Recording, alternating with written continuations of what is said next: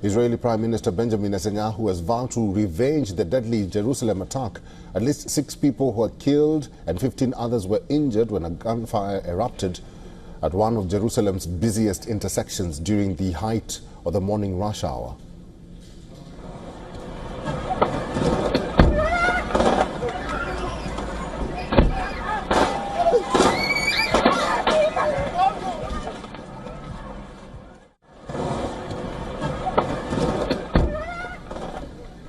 The attack unfolded at Ramot Junction, where 2 armed assailants opened fire on a crowd gathered at a bus stop. This is the moment showing people fleeing, running away for their life from the site of the attack. As gunshots rang out and panic spread through the crowd, the Israeli police say 2 gunmen arrived by car at Ramot Junction, opened fire on people waiting at a bus stop, and then sprayed bullets inside a crowded bus. Authorities say the security officer and a civilian who were at the scene shot and killed the attackers. Soon after, emergency responders rushed to the scene, where sidewalks were littered with broken glass, wounded people laid unconscious on the road, and bodies were lifted onto stretchers in the scramble to save their lives. Now, according to paramedics, the victims included a woman and a man in their 50s and 3 other men in their 30s. In the aftermath, hundreds of security personnel swarmed the area, searching for additional attackers or explosives, while helicopters hovered overhead. Israeli Prime Minister Benjamin Netanyahu, after holding a situation assessment with top security chiefs, visited the site of the deadly shooting attack in Jerusalem and vowed to pursue those behind the violence.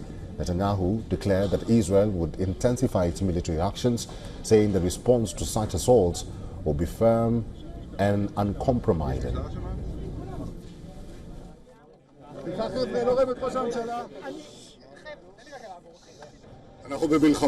We are at war, an intense war against terror on several fronts.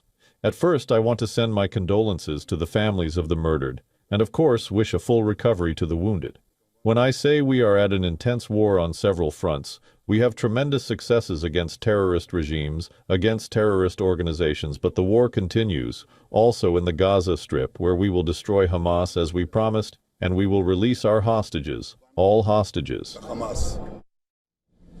Israeli Defense Minister has issued a stark warning, saying that a mighty hurricane will hit the skies of Gaza City today and the roofs of the terror towers will shake. While no group immediately claimed responsibility, both Hamas and Islamic Jihad praised the attack, with Hamas framing it as a response to Israeli actions in Gaza and the West Bank. In response, the Israeli military fortified areas around Palestinian villages near Ramallah and launched expanded security operations to prevent further attacks.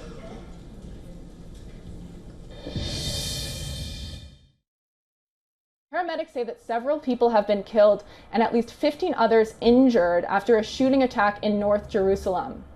Police said that the 2 attackers were shot down shortly after the attack began at a busy intersection on a road leading to Israeli settlements in East Jerusalem. Police did not immediately say what the identity of the attackers was. This all comes as tensions ratchet up in Gaza, with Israel signaling that it will press forward in its offensive on Gaza City. Israel's defense minister, Israel Katz, threatened more high-rise buildings after an Israeli strike toppled a high-rise on Sunday and on Friday. Palestinians in the city are scared and sheltering, unsure if they will leave because they're not clear if there's space in the south for them to go, and it's quite costly to evacuate.